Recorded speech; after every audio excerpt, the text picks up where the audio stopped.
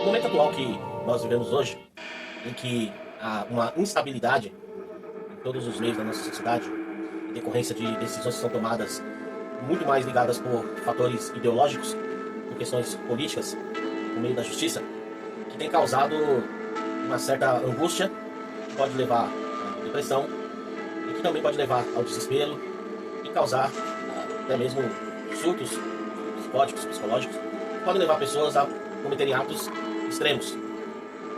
E é sobre isso que eu vou estar comentando a respeito do incidente que ocorreu na frente do STF, em que um homem acendeu fogos de artifícios e acabou vindo a óbito em decorrência das suas ações. Olá amigos, paz a todos, bem-vindos mais uma vez ao nosso canal Insight Direto. Peço que você me acompanhe nesse vídeo, possamos fazer aí uma análise e tirar conclusões mais assertivas sobre esse fato. Antes eu peço para você se inscrever no canal, curtir, compartilhar no vídeo, comentar, para que tudo isso aí ajude no engajamento do vídeo. Valeu?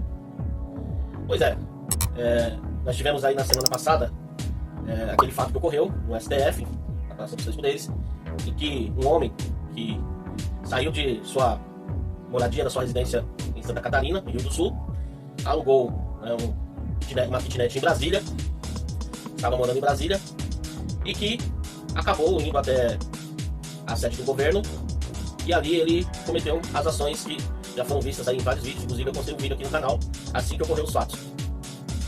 E o que nós vimos logo em seguida foi a corrida da mídia, que hoje nada mais é do que a agência de propaganda do regime, que já começou a fazer as suas narrativas e as suas conclusões, primeiro já colocando uma peste de bolsonarista no indivíduo que cometeu os atos, sem nem ao menos antes fazer uma breve investigação para saber se realmente ele era ou não bolsonarista.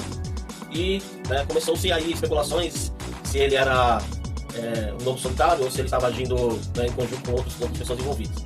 E não dá para você fazer esse tipo de afirmações sem antes você fazer uma investigação e procurar fazer o levantamento de todos os fatos. Infelizmente o jornalismo brasileiro hoje ele tem pecado por essas falhas.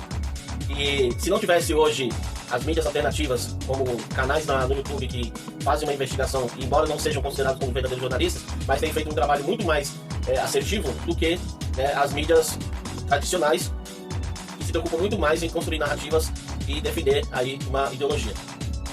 Enfim, o que foi levantado até agora, e eu acredito que você já tenha visto em vários outros canais aí, é que Francisco Vanderlei Luiz, esse empresário de uma pequena empresa de chaveiro na sua cidade, Rio Grande do Sul, até então era um cidadão simples, comum, uma pessoa pacífica, não tem nenhum histórico de violência, não tem nenhum antecedente que pudesse ser levantado como uma pessoa que comete atos de violência.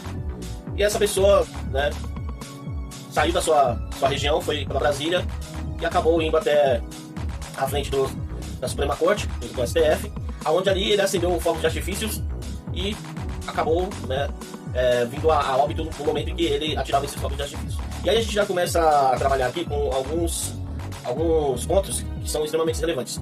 Porque a princípio, inclusive no primeiro vídeo que eu postei, era a ideia de que ele estava com bombas, Mas a gente precisa ter realmente noção do que se trata, porque quando nós falamos em bomba, ou algum artefato que seja exclusivo, para cometer um ato de terrorismo, esses artefatos, eles precisam ter um poder de destruição e até mesmo de letalidade bem ofensivo, Quando nós vemos essas ações acontecerem em outros locais, são bombas que têm poder de destruir edificações e um poder de causar dano severo a muitas pessoas.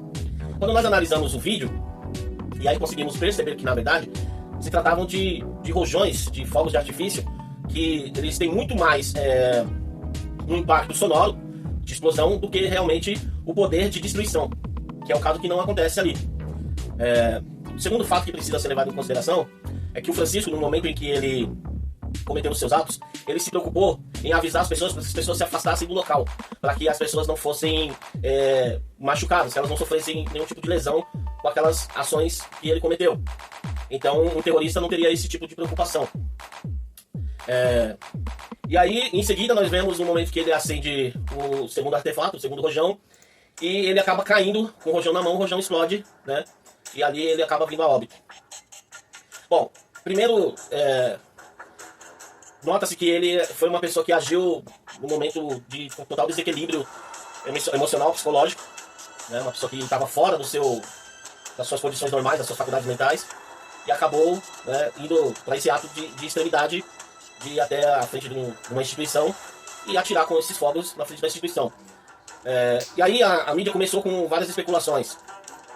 Primeiro que ele era bolsonarista porque ele tinha sido candidato a vereador na sua cidade pelo PL.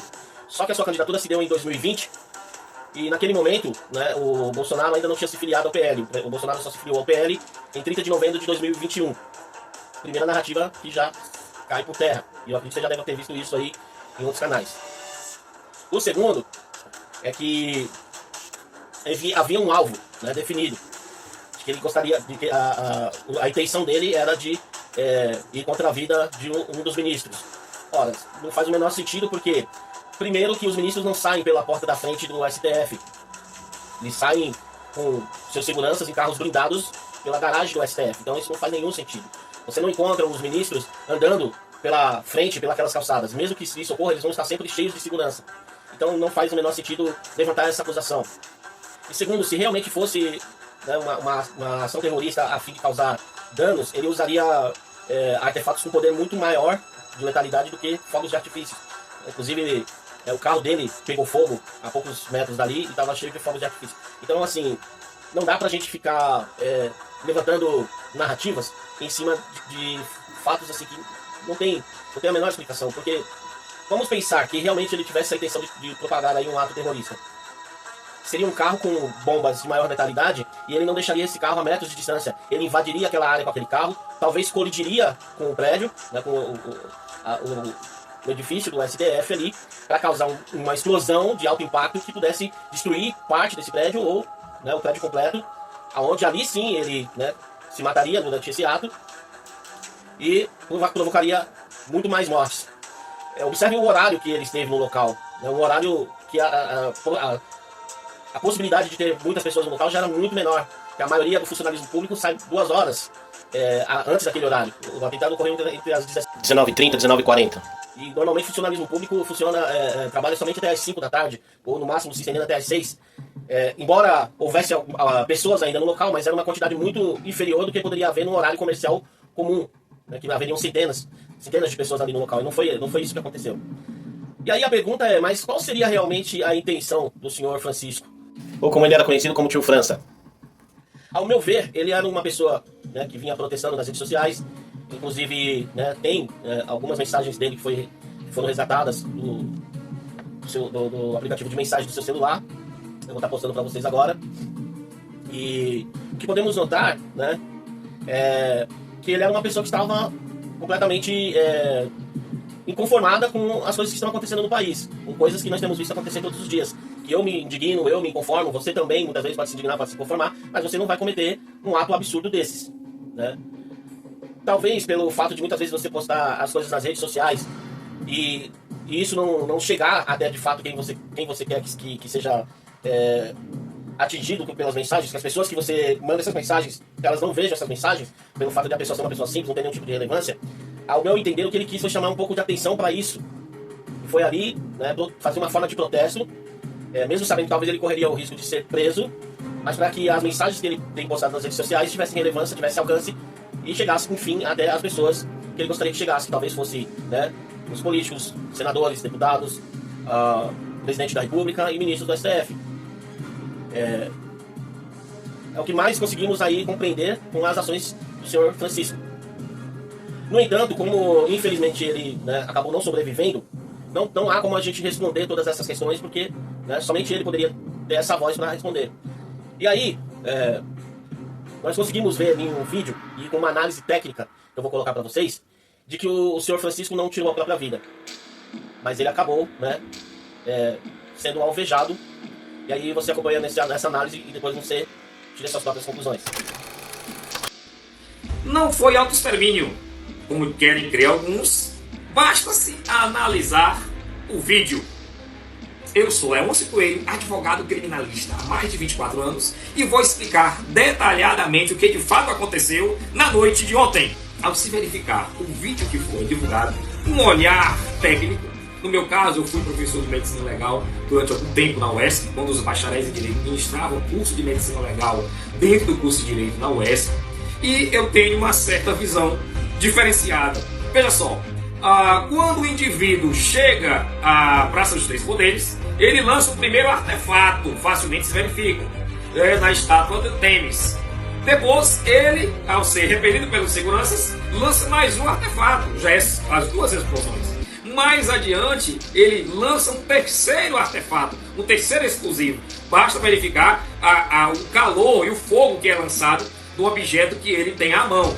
No entanto, todavia, no momento em que ele se prepara para lançar o quarto artefato explosivo, ele é atingido. Por que eu digo isso? Observe que ele cai ao solo em decúbito dorsal, ou seja, com as costas para o solo. Então, algo o derrubara, algo o atingiu de frente, a energia foi de frente para trás, que ele se lançou ao solo, imobilizado. Ora, o tiro, creio eu, tenha sido desferido por um segurança que estava na frente dele, por isso não foi captado pelas câmeras, pelas imagens, e pegou no crânio, ou seja, desligou imediatamente todo o sistema nervoso, e ele cai. Quando ele cai, tanto é que ele não se mexe, a bomba que ele ia lançar continua presa à sua mão e ela explode na mão dele. Mas o que de fato, a meu sentir, causará a queda do indivíduo, fora sim um tiro desferido pelo segurança. O que nos causa uma estranheza é que, mesmo após o fato ter ocorrido, depois de todo, né, a cobertura que a imprensa trouxe, não foi falado, né, em nenhum momento pela equipe de segurança, pelos responsáveis pela segurança, né, que o Francisco tinha sido alvejado. Isso não foi confirmado. Porque era algo que poderia ser possível, porque se uma pessoa armada com bombas, que até aquele momento ninguém saberia de fato o que era, ela invade um local público e começa a lançar essas bombas e colocar em risco centenas de pessoas, seria mais do que compreensível e passivo de que houvesse uma tentativa, né, de fazer com que ele parasse. E, né, poderia ter, em algum momento, um segurança ter agido ali e ter dado, disparado um tiro com uma arma e ter, naquele momento, feito com que aquelas ações parassem através de um tiro, sim. Mas o que aponta é que foi um tiro letal na cabeça, segundo, né, o especialista, e que em seguida houve a explosão do morteiro ali, do fogo de artifício que ele atirou fogo, e ali, né, acabou atingindo também a sua cabeça. E aí não se tem notícia se foi feito uma autópsia para saber realmente, né, o impacto que causou a morte dele, ou se havia, né, indícios de que ele teria sido atingido por uma bala. E como também a equipe de segurança não confirmou nada disso, né, o que nos resta muitas vezes suspeitar será que havia algo a mais por trás? Será que todas essas ações não estavam programadas? Que a intenção não fosse que ele morresse e, enfim, ele acabou vindo a óbito como uma forma de silenciar o seu Francisco? Isso são apenas algumas hipóteses que é possível ser levantadas diante daquilo que a gente está vendo, através das imagens. E aí eu deixo esses questionamentos com você, e é necessário que não ocorra mais esse tipo de situação no nosso país. É preciso que os políticos, aqueles que foram eleitos pelo povo, tomem verdadeiramente ações que evitem que mais pessoas cometam esse tipo de ato, seja lá qual motivo for, e que vidas sejam poupadas, para que nós não venhamos a acabar desencadeando aí, né, um conflito muito maior. Temos desencadeado no nosso país uma guerra civil e, né, estamos vendo que o país está caminhando aí para uma situação muito mais complicada.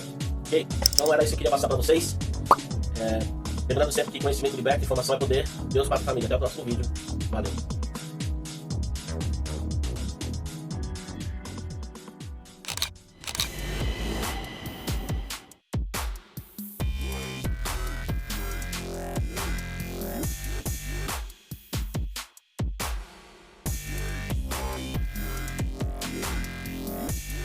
Nossa voz.